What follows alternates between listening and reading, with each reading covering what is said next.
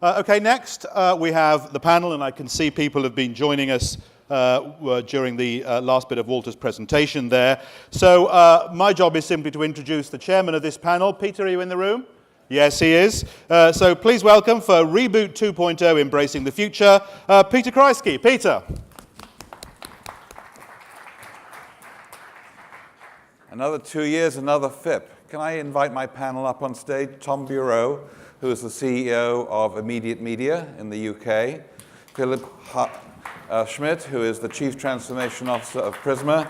And Christie Miller, who is the Divisional CEO. Natasha, I beg. The last time I saw her was on Skype, so I think we had a foreshortened encounter. Good. So we're running a little late, so we've been asked to keep this a little short, so that was it, and thank you all for your comments. I want to actually read a quote from the editor-in-chief of the Wall Street Journal, Gerard Baker. And he sent out a memo in June in which he said the following: "Our operations have been somewhat like an elegant and rather gorgeous stately home, whose owners have steadily augmented and renovated, rewiring every now and then, adding a new plumbing system, new heating system, repainting, refurbishing. But eventually it's time to tear down the old structure and build a new one. Our central mission remains the same, to produce the finest journalism for a rapidly growing audience of business-minded readers and viewers. But we must ask ourselves a difficult question. What kind of organization should we create to achieve that mission?" So Tom, where are you in the refurbishment and renovation process at Immediate Media? We don't see ourselves as a stately home, but I think there's an interesting point there about whether this is a sort of an either or an or. I mean, I think we have a whole bunch of legacy and a whole bunch of fantastic brands that mean a lot to a whole bunch of different people. But our agenda over the last 6 years, almost 6 years in November, has been to transform our business, but whilst loving the core print business, as well as building a multi-platform and sort of digital-first business. And I'm pleased to say that, that we've had an amazing time. So we've managed to double the size of the business at Immediate. Immediate's a very new business, but with some fantastic brands that we acquired into it. But we've managed to double the size of that business and double the profitability and take our revenues from about just over 100 to just over 200 million. So we've got this crazy print business that continues to grow. It's very based around subscriptions, it's very based around special interest, and it's innovating, and it's doing some fantastic things for its consumers, as well as actually then investing in a whole range of other technology-led businesses. So for us, it's an and. We think we've got a very modern business and a very modern workforce that is actually very excited by the opportunities we see in front of it. Natasha, you've moved from a predominantly print-based B2B business when you're running EMAP to one which is a mix where print is a tiny part of the whole thing. So what's changed, and how have you gone about changing the organization and culture and the people in the organization? Big question. Yes. But in short. A minute. In a minute. Look, you're absolutely right. We had a big position in B2B publishing, and I ran that business personally for 5 years. And we defied gravity and focused very much on subscriptions, and had a similar experience to Tom, where we grew the business. We're part of Ascential, which is it's a larger business. Today we're 19 brands, and today only one of those has got some print in. So we actually made the decision to sell the publishing portfolio after 4 years of growth, and they've gone to some great owners. And the big choice for us, really, that we made, the strategic choice, was that we wanted to have a business where each of our brands had moved much closer towards solving problems, business problems, and creating those opportunities with real answers, rather than, and I don't want anyone to shout at me because I know that publishing businesses can do that as well, but rather than the publishing business that we had run, so if I make it very specific to us, where it was fantastic at providing really helpful information that then the audiences, the professional individuals, would then make a choice what to do with that information. And the businesses that we run today, which are dominated through digital and events, really are taking it much closer to the decision-making point, and either making that decision and saying, here are the answers for you specifically, or taking it to the point of, here's a range of decisions, make one yourself. But it's much further along the decision-making chain. Okay. And Philipp, how about Prisma? How has Prisma evolved in the last, 4 or 5 years? And as Chief Transformation Officer, what's been your role in the organization to make those changes happen? Yes, as we heard a lot this morning, the basic answer to this is to go for the and not the or. It's this quantic approach of strategy, to do all things simultaneously. And as we've seen in most media companies, who should be like the mirror of our society and of expectations of consumers' needs in the first place, it's quite a demanding and challenging venture. How is that so? Why is that so? Because most companies concentrate on all the new trends and things they should do, and so they get lost in all those opportunities and doing all the things at the same time and don't prioritize enough on what is really basic. And how we approach that and what we learned is sometimes it's easier to concentrate on what will never change instead of concentrating on what actually you should change. And to do that, we defined, as well as our prior speaker from Groupe Avil, on core beliefs. Core beliefs that will never be negotiable, so we are free on a cultural point of view to change all the rest. And those 3 core beliefs are to believe in people. It's people who are doing the business, and it's people who are running it, not technology. You can always change technology stack or get some new expertise on board, but the real main thing is to change a corporate culture. And a corporate culture is so hard to change because it's a change of paradigm, it's a change of behavior, and it should be an enthusiastic approach and not by transform or die, because the human brain doesn't work by threats or menaces. The second most important is that we never forget who is the client. The client-centric approach, and to expect and to anticipate consumer needs, is absolutely core to everything we do and everything we did in the last 40 years. And the tremendous challenges now is to interpret those new sources of data and accessibility to consumer behavior, to interpret this in a new way and to make the company strong about that. And the third part is a true culture of openness, to realize that you can not do it by yourself. Even the most smartest people in this room won't be armed to face the challenges which are awaiting us in the future. So a new era of alliances has coming up. And in Prisma, to give you an example, we launched a couple of months ago the first and biggest data alliance in a European country, combining 4 different natures of data. Not only media data, we talk a lot about in conference amongst us, but also transactional data of big retailers, e-commerce companies, but also CRM data of telco companies, and also geolocalized data of the yellow pages in France. And this is just one big example how we actually change the culture in a market through collective intelligence and make things happen we could not have done by ourselves. Mm-hmm. Natasha, you talked to me a little bit about the obsession with customers and with customer needs. How have you reinforced that at Ascential?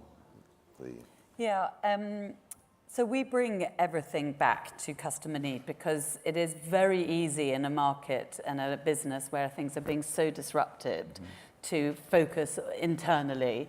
And actually, it seems so obvious when I say it out loud, but the number of rooms that I walk into where we don't start with the customer, I have to, I think it's a constant reminder, which is what do they want, so therefore what's our response.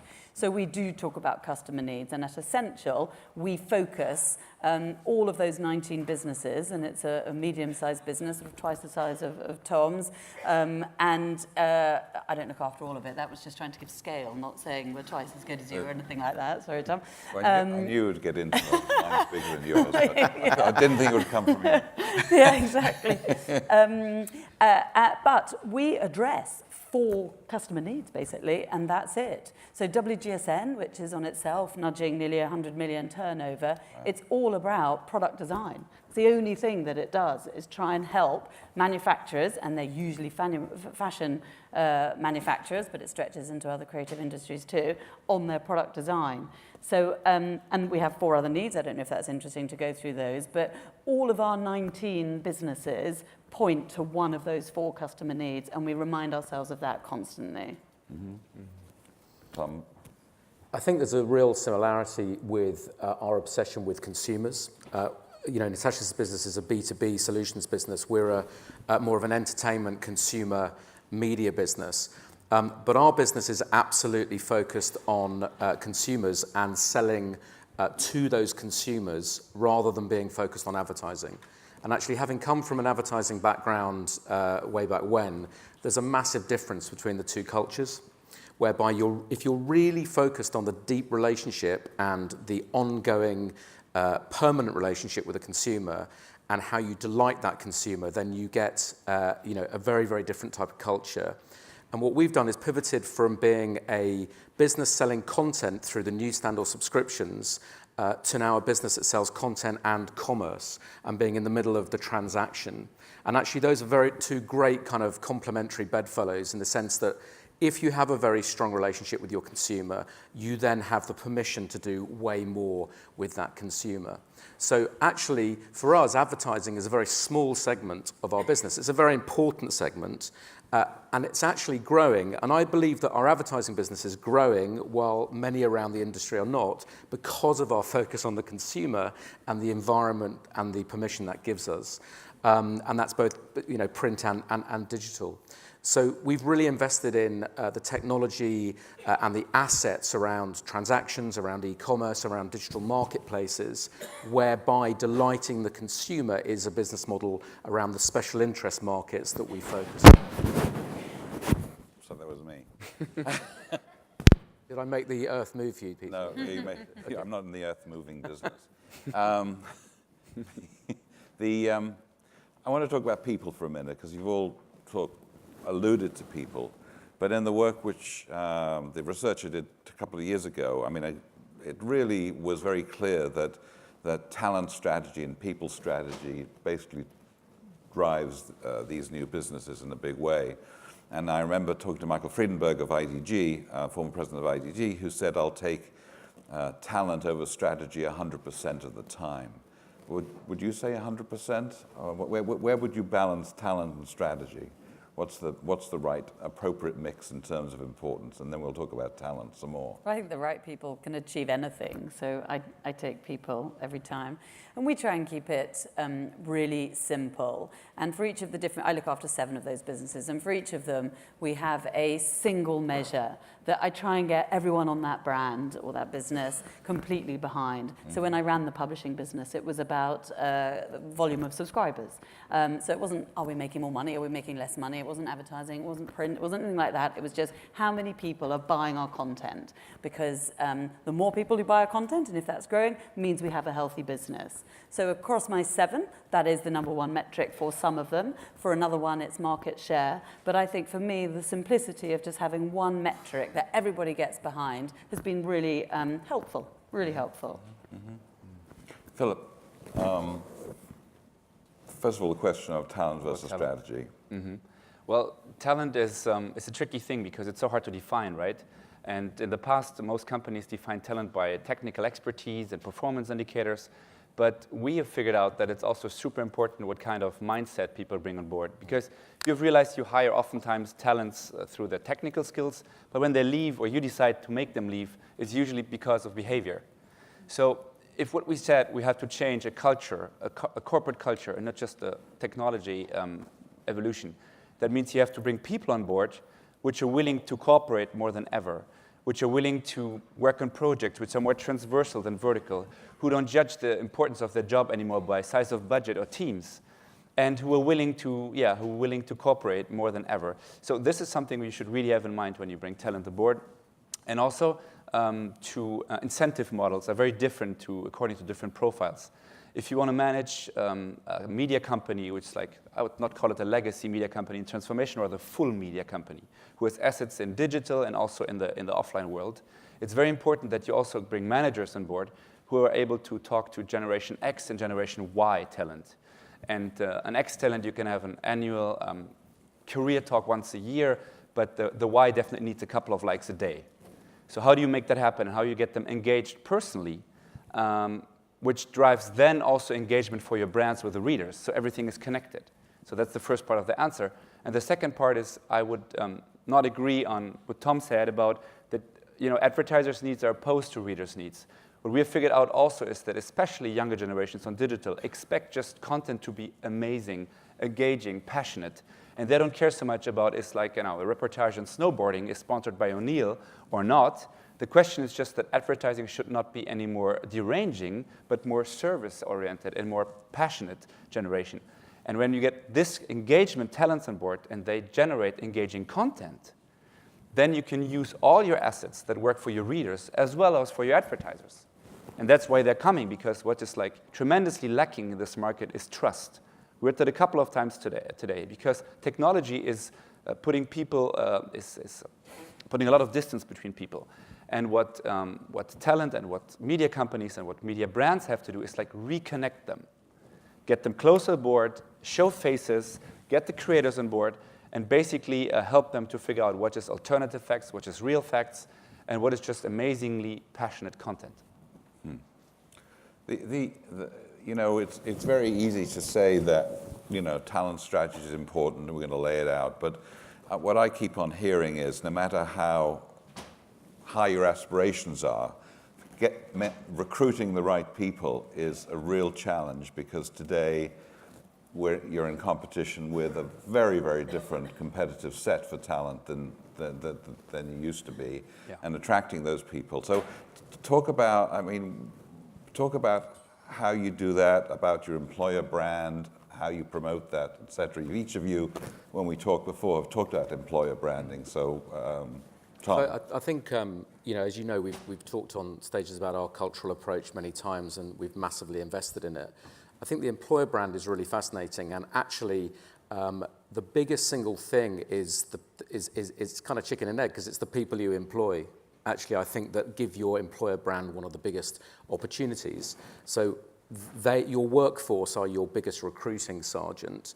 And I think, going back to the previous question, what we have done at media is actually institutionalized our recruiting process to make sure that actually the skill sets that people have are table stakes.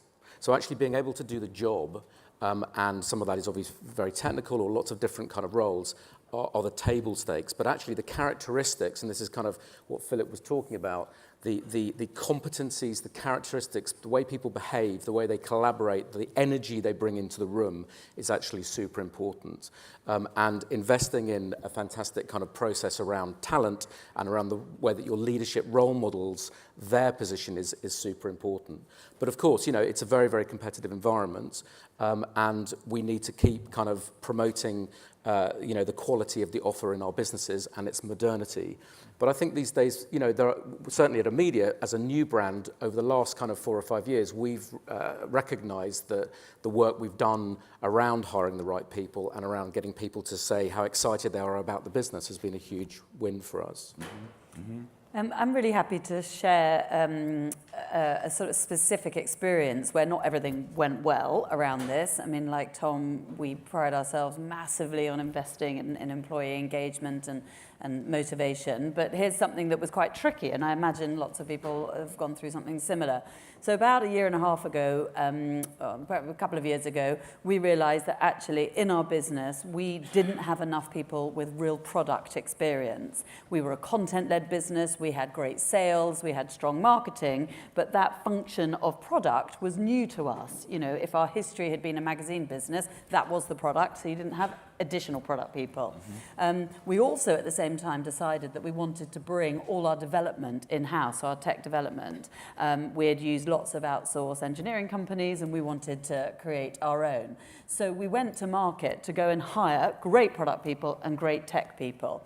And we learned a ton along the way. So the first thing that I was leading on this to begin with, and the first thing that I did was to go and hire the top person, as you would, and hired a terrific guy who thankfully 2 years later is doing amazing stuff. But oh my gosh, it was really rocky. Right. In those first 6 months, every day he told me how stupid we were about something, how awful, this business was, how awful that practice was. He wouldn't and I felt have like survived killing the myself timing. every day. I mean, we survived. Yeah. But when we're hiring a bunch of engineers as well, we got about 10 in one go, and then our central IT department, quite rightly, decided to put a screensaver on all 1,500 people's screens to do with phishing, and half the engineers got up and walked out. How dare somebody tamper with their machine? And if they were going to work in this organization, that was not going to happen. So we've had to learn a ton of stuff on the way.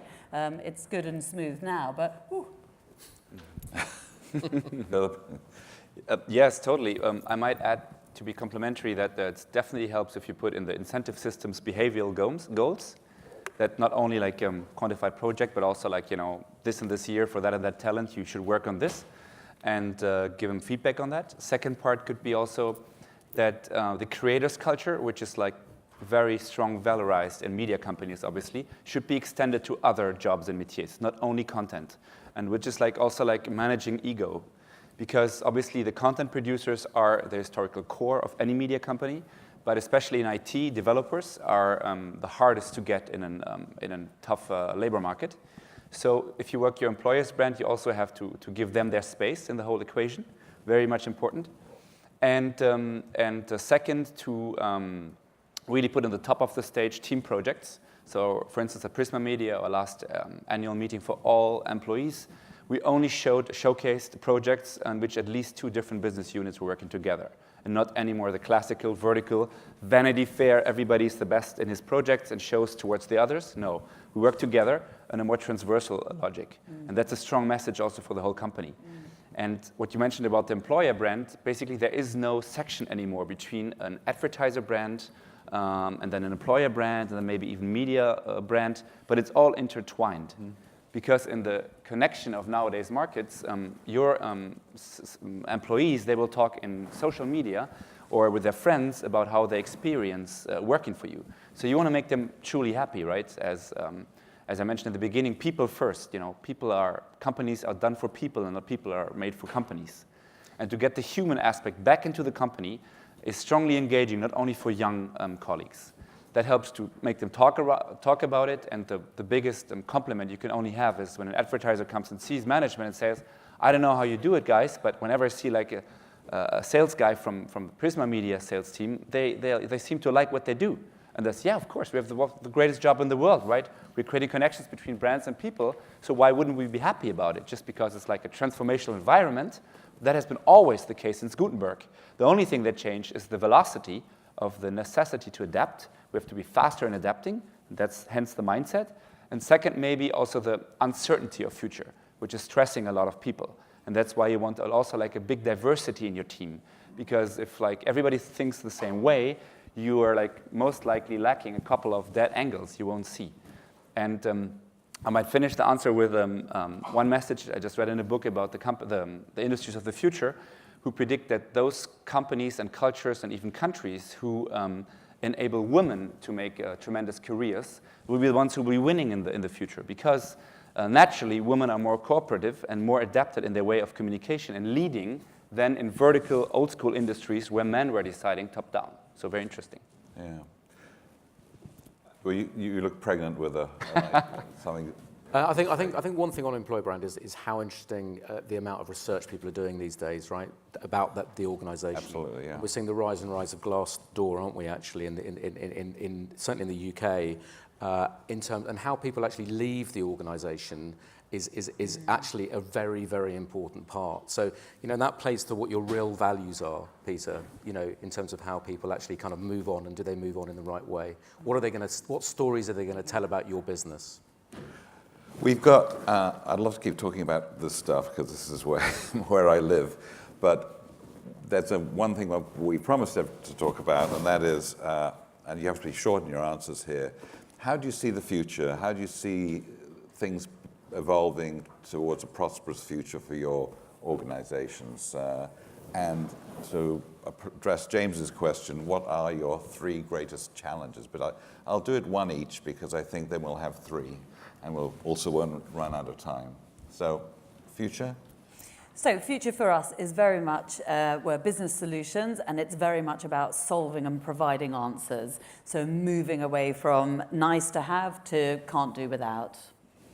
Biggest challenge will be, I think a nod to what Philipp is talking about, which is getting different groups of people to work brilliantly together. It's so easy to get groups of people with one single goal, one single focus, aligned and just heading for it. But the world is, our products, our services, our customers need it to be more differentiated and nuanced than that. So getting 2 or 3 different types of people and different teams to work together, I think is the exciting opportunity for us. Tom, and then Philipp. Yeah, I think so the biggest challenge is around continued top line growth and making sure that we get the combination, the mix right between print. We think print will continue to grow for probably 10 more years for us. But in that time, we therefore have to have actually built a very, very significant non-print business. That's going extremely well. But we've got to crack on. Disruption takes a long time. And I think we're seeing that certainly in our business. So I think the biggest challenge in a single word would be talent, actually, transformational talent. Thank you. Philipp. Yes, definitely capturing more value of the engagement audience we create, because in a world of platforms, there's definitely a problem in value sharing, especially with the big American platforms. So we have to learn to do that better, and the challenge will be also to create more alliances. National alliances, but also international alliances, as the example of Condé Nast showed, because it is a very competitive environment, right. And alone you go fast, but together you go far. Yeah. Well, we've run out of time, but I'd like to thank all 3 members of my panel, Philipp, Tom, and Natasha. Thank you very much.